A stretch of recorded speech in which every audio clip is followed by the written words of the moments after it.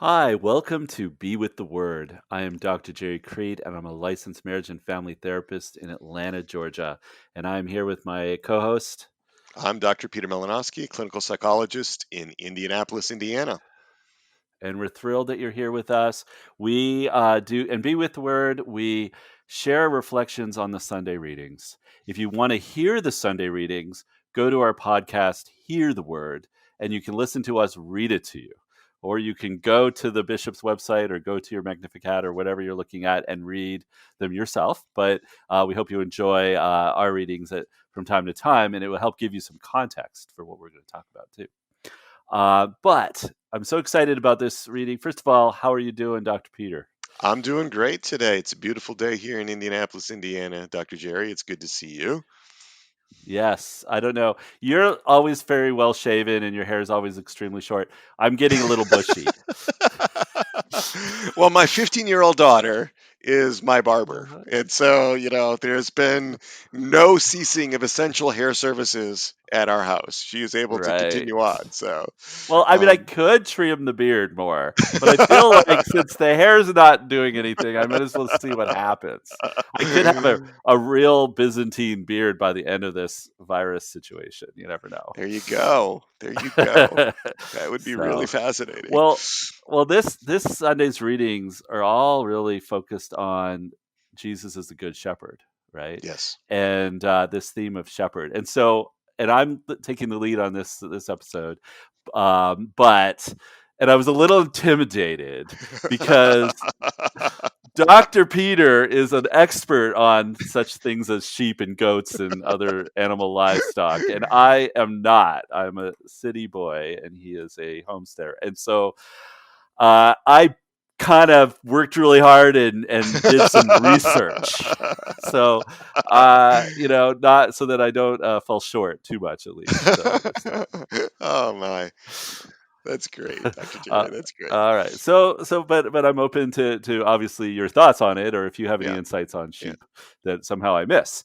But okay, so here's the thing: things I've learned. First of all, there's a big difference between a Palestinian shepherd and what I might have in my head is the typical British type shepherd.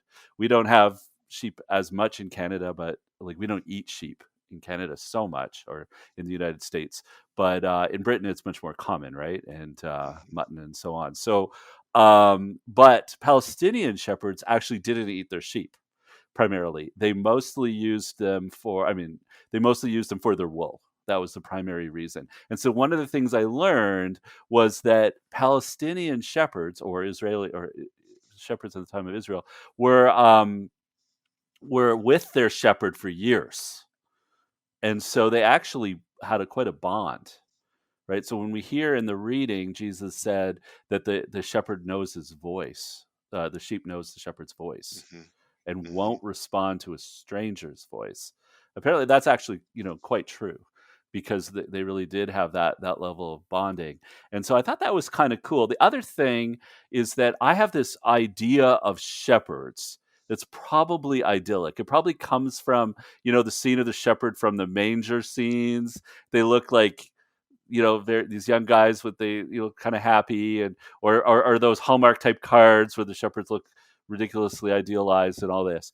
But in reality, as I learned, being a shepherd, especially in Israel at this time, was a hard life, very very hard life, and that they were almost never off duty. They had to be 24/7. That the sheep were not actually like they weren't enclosed typically, except sometimes at night. They weren't during the day. They had no sheepdogs, so this was a hard job, and they were on duty all the time. And there was this danger always of the possibility of a wild animal like a wolf coming in, or thieves, robbers, brigands coming in and invading. So shepherds had to be tough dudes, I think. Like they weren't they had to be really good. And okay, other things I learned. Just Well, they're to out in go. the elements too, right? I mean, whatever Oh, the right. weather is, they're in the middle of it. They're not enclosed typically, Yeah. right? They're not shelters. There's not, big barns or other things that they can retreat to if the weather's bad. So you're Right. out there in Right. the hail and the rain and the snow, the wind. So, Yeah. Yeah, Yeah. yeah, yeah. Now, things I didn't know also that were helpful is the items that shepherds had. And I didn't fully grasp the meaning of them. So they had a little bag, right? A little called a scrip that they would have food. Now they had a sling, right? Like, so I pictured David, right? Because he was a Right. shepherd and he Right. had a sling. So of course they Right. did. But I didn't realize because they didn't have sheepdogs, they would have to be really proficient in shooting their sling at the sheep, but to miss the sheep I'd like to warn it, so it would go, like, right above its nose Oh, almost, wow. and then that would get the sheep to, like, come back over. Because Huh. I did so I d oh, I so didn't you know didn't know that. this. Cool, I cool. had no idea. I had no idea. Yeah, isn't that interesting? And then, okay, the staff was used to defend themselves, literally. So the staff was primarily used as a weapon if they were attacked. Now the rod was like has the crook on it it was used to catch and pull back the sheep, right? So it had that aspect to it. So I'm learning all these things of the details that actually make now when I hear things like your rod and your crook, or I hear the staff and your rod, I kind of now can imagine that more closely. Right. So, Right. okay, the only other I'm not going to go on. I could go on for a while because I made lots of notes, and I won't go on and on about them because once I get into a topic, I can't stop. But one thing that's really cool, okay? There was what I learned is in the winter, the shepherd would usually take the sheep back to the village and they would go into some kind of enclosure in the village. But during the warm weather, they were out on the hillside. And at night, they had these little walls. There are these little walls and to keep the sheep in. But there was the shepherd would literally sleep where the opening was. So he created a physical little gate out of his person. And literally the sheep, if they to get out, they would literally have to climb over the shepherd to get out. So they weren't getting out without him noticing or anything else getting in. And that puts the context to Jesus saying, I am the gate, and they, to allow you in and out, or the robbers who leap over, right? They're not doing anything good by if somebody's trying to leap over your little wall, that means they're wanting to steal your sheep or kill your sheep or something. So, yeah, so literally Jesus is saying, I'm physically, my body is the gate that keeps you safe at night, which I don't know. I did not know that. And so I mean, I just sort of pictured a gate, like some kind of Right. swinging gate. It's kind of a swinging gate with a little chain and a lock, and yeah. Yeah, but it has Well, this different meaning now or yeah. connotation to picture a shepherd out in the hillside, and his very body is the thing. And so to me, the qualities of a good shepherd are that he's vigilant, fearless, and patient, lovingly patient. Beautiful, really, to think that that's the image that Christ wants to give to us, that he is vigilant, that he has courage, and he patiently loves just like a really good shepherd would for his sheep. Well, and he's relational, right? Because he calls the sheep by name, right? Yeah, You right. don't, he knows the sheep's name, right? He's given them those names and they respond, and so there is a real relational component that's going to be really different than, Hmm. factory farms, where sheep are ear tagged with a number or something like that, so yeah. Yeah, yeah, yeah.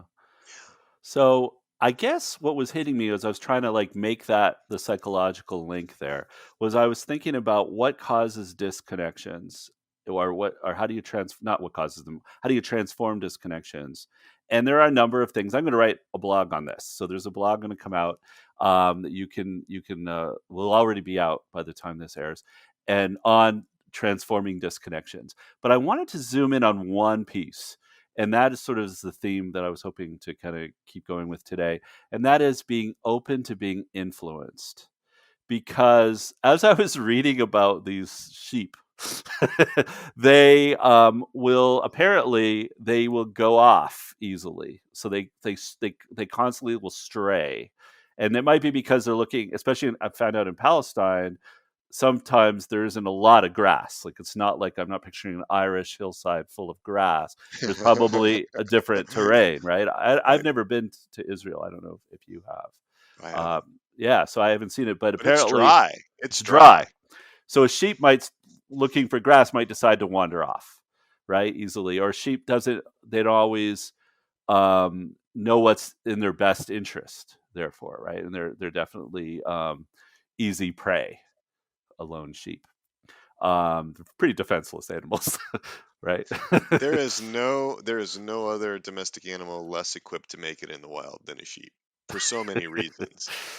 Right. So yeah, that whole question of influence, and we're the sheep, right? We're the sheep needing a shepherd, and this whole idea of, can we accept the reality of our ovineness, our sheepness? Are we Yeah. willing to do that? Because there are things that get in the way for us. There are all Right. kinds of things that get in the way of us listening and being docile, or being willing to hear the voice of the shepherd, right? Right. So, Right. Right. So I was thinking a little bit when we're disconnected from God ultimately, and also from each other, then I really do think that is a source of a lot of our suffering. That is a source of us feeling distressed, feeling disconnected. And we can even be disconnected, okay, not only from God and others, but even from ourselves, oh yeah, right? And oh yeah. so when I think of a disconnected person, now I'm picturing a sheep. And the sheep is just going to kind of go off on its own and be at terrible risk, and it doesn't know any better, and yet it ends up in a situation like we often do, where we feel, hey, if we're disconnected from ourselves, we feel inauthentic, we feel isolated. If we're disconnected from other people, we we feel again isolated, and we feel threatened possibly, and we, have different negative feelings. And we even, when people come to us with a concern or a problem, we may have resistance to it. We either resist it directly immediately, or we don't even, or we withdraw, right, or we don't have a response, and it creates, therefore that reaction creates more disconnection. So a response to people coming to us with concerns is often, you know, leads to further disconnection. And I think So that's are you kind of the saying sheep, right? like people are like being defensive or something, or Yes. Yeah. okay? Yeah, So that's in a other good words, way to people put it. come with some kind of concern. They're pointing out something in us, and we react in a Right. way that doesn't take it in. Right. We just In get fact, more and makes it more worse. alienated. Yeah, it makes Yeah. it worse. Yeah, yeah. Right. And it's difficult to instead stop, right? And I think this will get to our action item, which I guess I'll leak a little bit in advance, but is that you actually helped me with. I love that you put this, was stop, drop, and listen. So in other words, because unlike a sheep, I think that if a sheep's going to resist, right, at first, it might then, give in and go at some point. But it can be, I think, from what I understand, a little bit stubborn in its persistence. Mhm. Okay, Mhm. okay. And so can we. And if we stop and we drop and we basically stop and go, okay, what is this person really trying to tell us? And we Right. listen and we say, am I open to being influenced? Am I open at all? Like, I don't have to commit to agreeing with everything another person says, right? We may or may Right. not.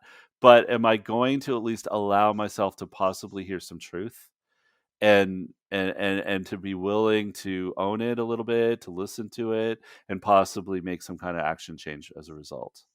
So And yeah, you're that's kind of stopping. You're stopping, and then you're dropping the objections, right? To just kind of right. create that space openly, and then yeah, to hear if there's truth in what they're saying, or even if there's not. Well, let's do this. What if there's not truth in what they're saying? Like, what if, like, objectively they've totally got it wrong? Can it still be worth it to listen to that?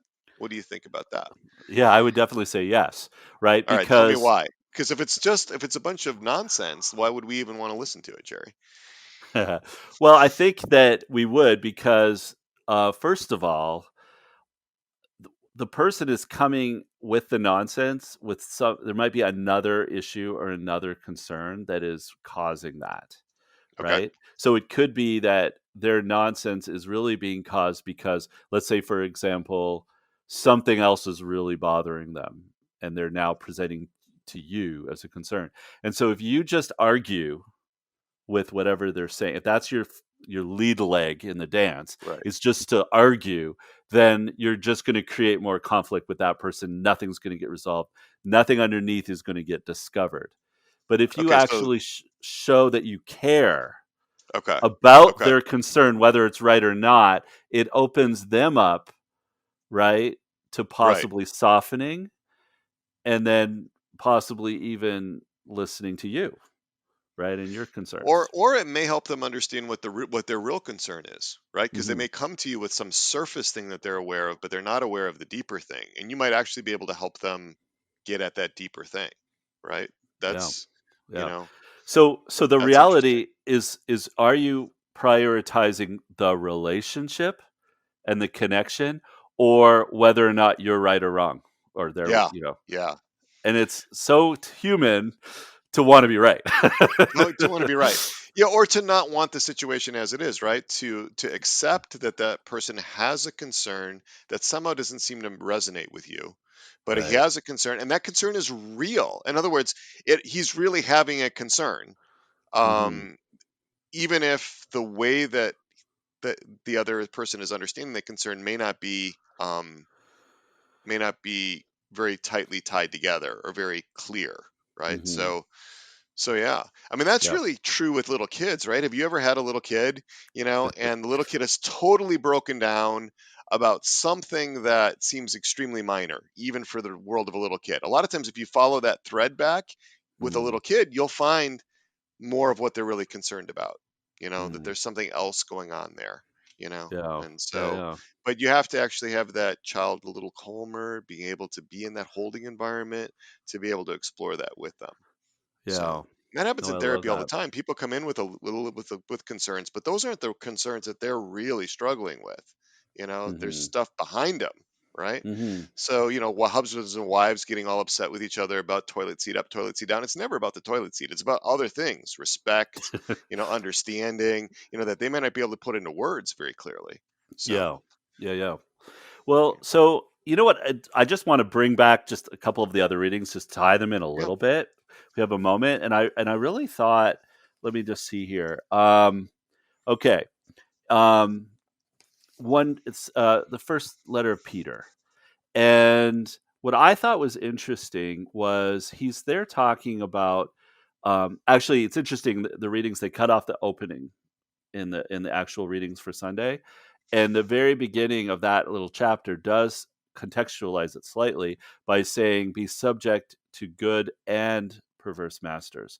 So if your master is good, that's all very nice, right? Especially like if you're a servant or a slave. But if your master is not, if he's unjust or whatever, it gets into, it's a sign of grace when a man bears that pain even in unjust suffering, right, because of his consciousness toward God. So that kind of hit when I put that context in there. I realized, well, um, what do we do when someone above us, in authority over us, is actually unjust? And that, I think, is what St. Peter is getting at here. And in the early church, literally, a lot of early Christians were all slaves. Like, the Roman Empire at that time had millions and millions, like I think 50 million or more slaves in the Roman Empire in New Testament times. So it was common to be a slave, and you didn't have to be. We picture, some person pushing the pyramid or something, right? Some rocks. But no, that you could be teachers, right, doctors. We're all like, this is how the society worked. And when you were a slave in the Roman period, you were, even if you could be treated nicely. Like, a lot of times they had nice masters and all this, but you had, even if you were treated nicely, you were a possession. You were right. You essentially were a owned. thing, Yeah, like a sheep, like a sheep. And so there was no justice for you. And so what's cool about our Christian faith, though, and what happened in the early church, was that you have everyone. the message we get in Paul, and we get in here in St. Peter, is in Christianity, everyone is equal. Everyone is precious in God's eyes. Everyone's free. Yeah, everyone is free. They'll say there's no free man or slave, right? In Yeah. Christianity, And we're so all it's like, whoa. yeah. And I was thinking, like, some of the earlier martyrs, like there's Saint Perpetua and Saint Felicitas, who were martyred together. One was a slave girl and one was an aristocrat, Aristocrat, yeah. and they were both martyred together. They weren't, there was no distinction in God's eyes, and they were both, saints. Even there was a Pope Callistus was a slave. So it's interesting. They, like, the whole social order was a little bit was transformed by Christianity, and the model, right, of being a sheep is with this loving God as our ultimate loving shepherd, and that security transforms us. Even if on earth we run into situations where there's injustice or we're being treated unfairly. And Peter teaches us in this that we have to handle that injustice, right, the way that Christ did. Yeah, I mean, look at it, Christ himself, right? The Blessed Virgin, Saint Joseph, they were subject to the Roman rule, and a census was called, and they've Yeah, got to leave Nazareth, or they've got to leave Galilee to go down to Bethlehem, an right. extremely difficult journey, where she is, where our Lady is about to give birth to Hmm. God Himself. Like, Yeah. you could say, yeah, I'm not going to do that, but they were subject to that authority. They were subject to that authority. There's a real modeling there for us, at a Hmm. time when we might be really upset with our authorities, with our civil authorities or our ecclesiastical authorities, Yeah. that there's still good in that obedience to them in all things that don't violate natural or divine law. So, Right. Right. Right. And so, in a way, when I was talking about disconnections, right, um, it's really nice when we can have real good connections and overcome those disconnections. But there are situations in life where we can't.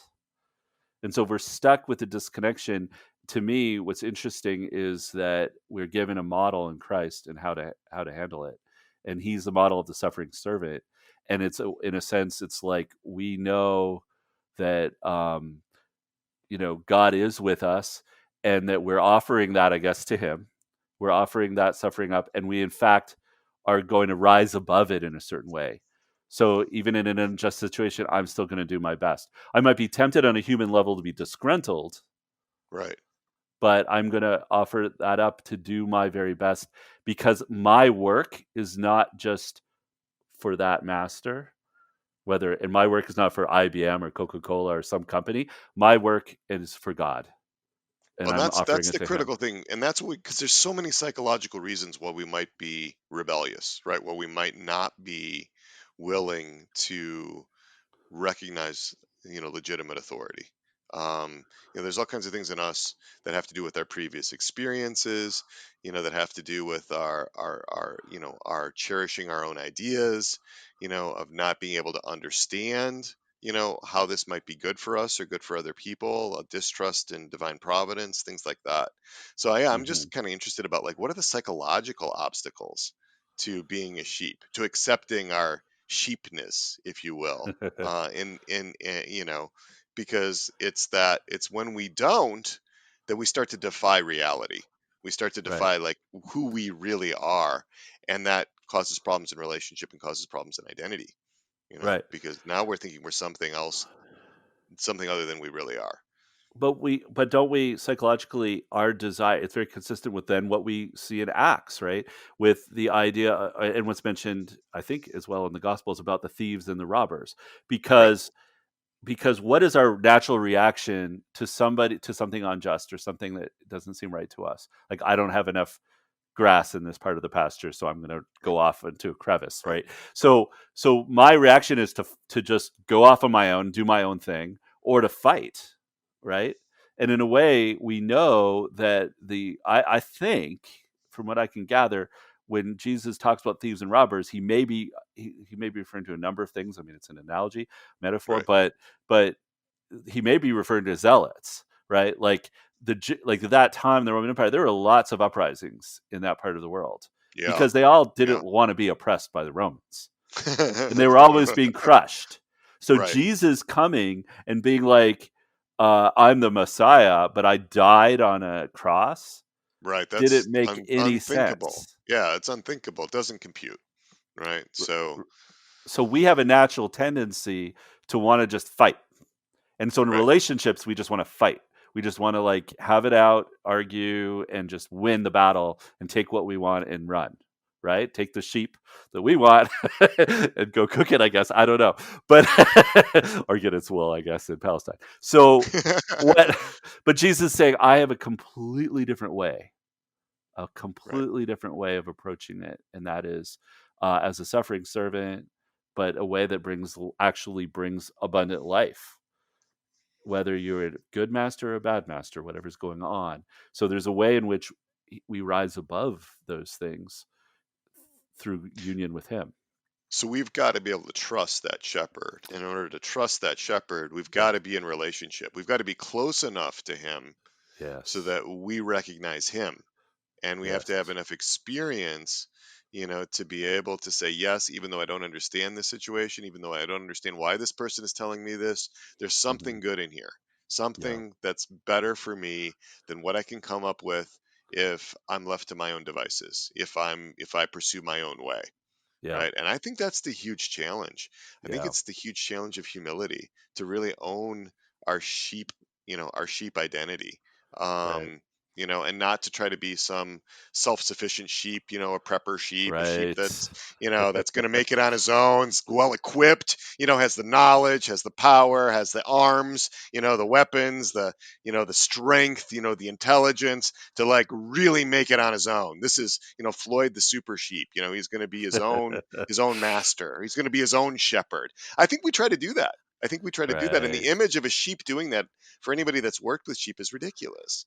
And that would have been really apparent to anybody in Palestine, anybody in Israel, at the time that Jesus was saying that. This was like an insult to refer to us as a sheep.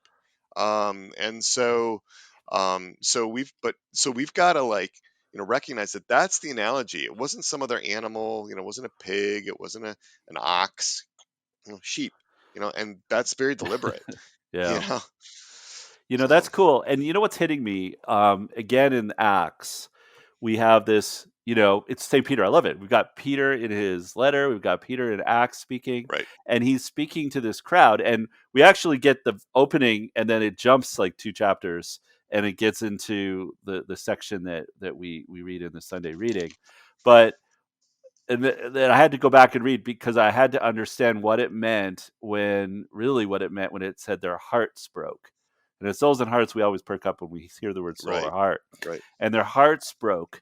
And I realized, and like looking back a little bit, the full context there is that he's speaking. Saint Peter and the apostles are speaking to this crowd who are mostly Jewish there, but and he's basically telling them, "You crucified our Lord." And their hearts broke when they realized what they had done. And then and they had a repentance. He calls them to repentance and baptism. So they had to have a moment of, like you were saying, of humility and recognizing and have a complete change of mind, and Yep, therefore now a new action, new life, right? And what's amazing is all they had to do was be repent and be baptized, and God forgave them. Like that it's was it.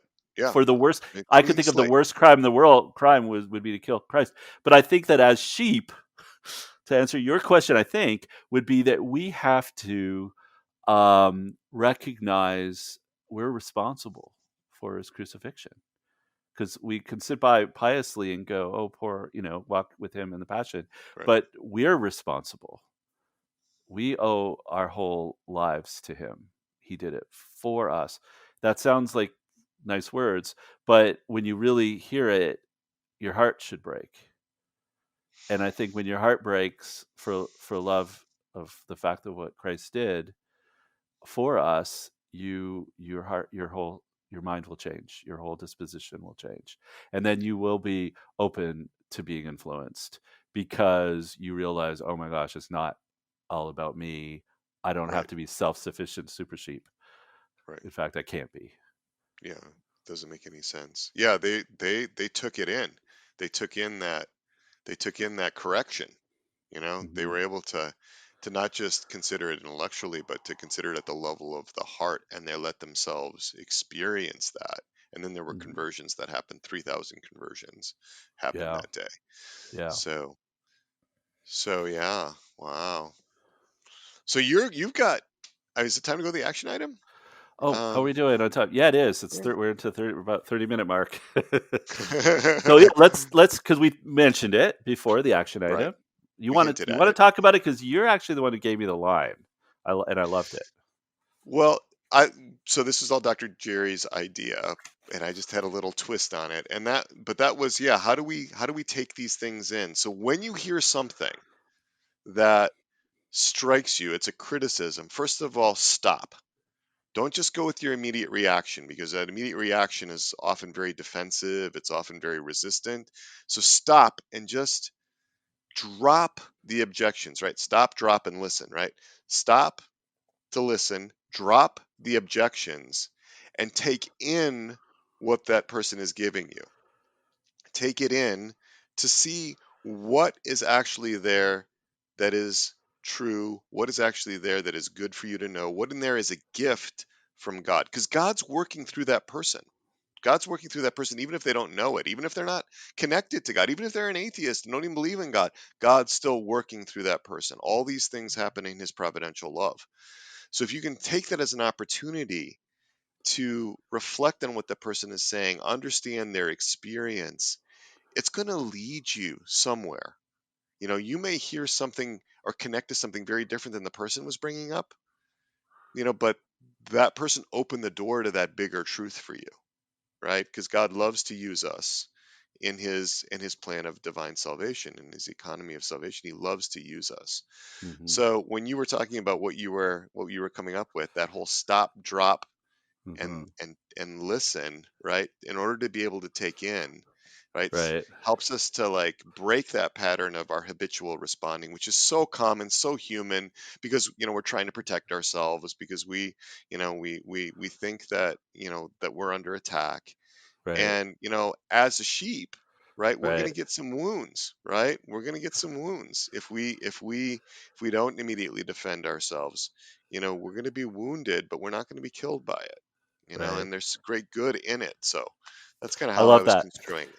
Yeah. Yeah, I love that. And it's funny. And sometimes also though listen and realize if we stop, drop our objections for a moment, we might realize, oh, maybe I wasn't quite.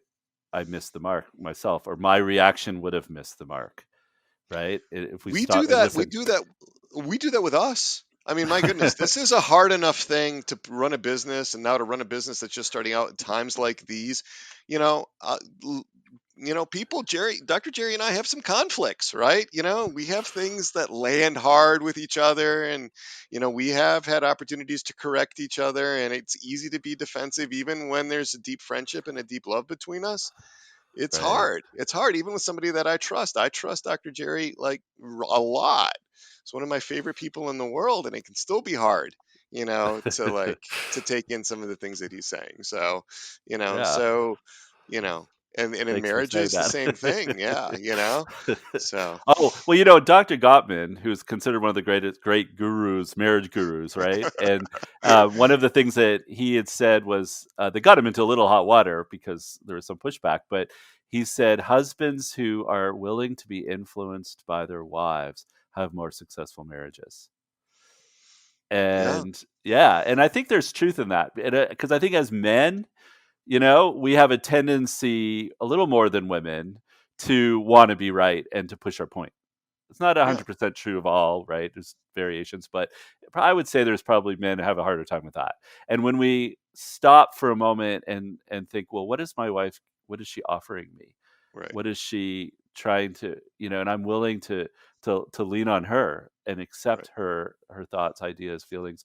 It actually it's a gift, right, not a threat. right, right, But yeah, but yeah, in friendships like ours, yeah, we have to right. work through disconnections too. And yeah. So thank you for saying that. And Yeah, because I think that's true. And we grow as a result when we right, work through it we end up being better people, better sheep as a result.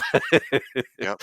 Yeah. So, but listen, And we we need have. Oh, and go ahead. we need those other sheep too. Like it's really it's really hard on a sheep to be isolated. That's why if you ever start raising sheep, you never want one. You never want one because they're a flock animal. They're a herd animal. They don't want to be isolated from everybody else. It can't just be the Mm, sheep and the shepherd, but it's got to be the other sheep as well. So, wow, cool. yeah. All right. Well, what have we got going on? I'm going to have a blog. I think I might have alluded Yes. to it. That is going to be on disconnections and relational disconnections and how to transform those into greater, relationships and strong. How to work through And that should those already things. be up on our blog tab. Just go up the top Oh, of Souls and right. Hearts. You'll see the little tab that says blog. Dr. Jerry's blog will be right there. Yeah. Yeah. And then there's the course called Be True for Restoring Your Marriage if there's a pornography issue. And we actually have a promotion going on. It's this very limited time special through Easter, 50% off. So it's a big discount. And you Yeah. can, That's huge. if you get our skim, which is something that comes out every week, and you can go to the website and sign up for the skim, you will get the link that will take you there where you can take advantage of that offer. Right. Um, And if you can't find where the link is, just email office@soulsandhearts.com and put skim in the subject line and we'll get you on the skim to make it even easier. So, Yeah, yeah. yeah. And then there's another course that's a great one that's just coming out, which is called Be Called, and it's about discerning a vocation, but it really is about for young people who are interested in Catholic ministry, possibly figuring out their vocation. What are the obstacles and problems that young people struggle with, and how? And we have Dr. Mark Galafke leading that course, and he works with a lot of young people, works with seminarians and so on. And it's really about tackling the common problems that young people, and here I'm thinking college age, but anybody in their 20s, early 30s, face. So struggles with depression, anxiety, substance use, pornography, and just figuring life out and living a more full life to prepare you for whatever your vocation is. So we hope you will join us for that course as well. All right. Have I forgotten anything? I think that's That's pretty all of our much it. stuff. Dr. Glafke is a great presenter and a good friend, and Yeah. he's an excellent resource. So heartily recommend him. So, Yeah. Yeah. yeah. Well, thank you for being with us. And thank you for some of the comments that have come in as well. We appreciate your ideas and your comments on our different free courses and blogs and podcasts and everything. So we look forward to, meeting your needs. So we love to hear about them. Yep. Oh, and we did mention your coronavirus Yeah, course. we're doing really well with the podcast Coronavirus Crisis Carpe Diem, and that's really about getting over the psychological obstacles to seizing the day, to seeing the opportunities and the possibilities in this crisis. It's an opportunity for us to grow. It's all providential, and there's a community building up around that. So that's really exciting. We're going to start getting discussion boards up, and we've got all kinds of things in the future that we're planning about how to come together as a community around that podcast within Souls and Hearts. So yeah, check that out. There's a Wednesday email that comes up, and you can register on the site for that as well. But it really is about being able to accompany each other through the difficult times, that Hmm. people are experiencing in being Catholic and living out your duties of state, living out your vocation, and what that means in these times, these particular times of crisis. So yeah, Yeah. Yeah. Thank you. Awesome. All right, guys. We look forward to seeing you next week. Until then, be still, believe, be be loved. loved. Take good care. God bless y'all.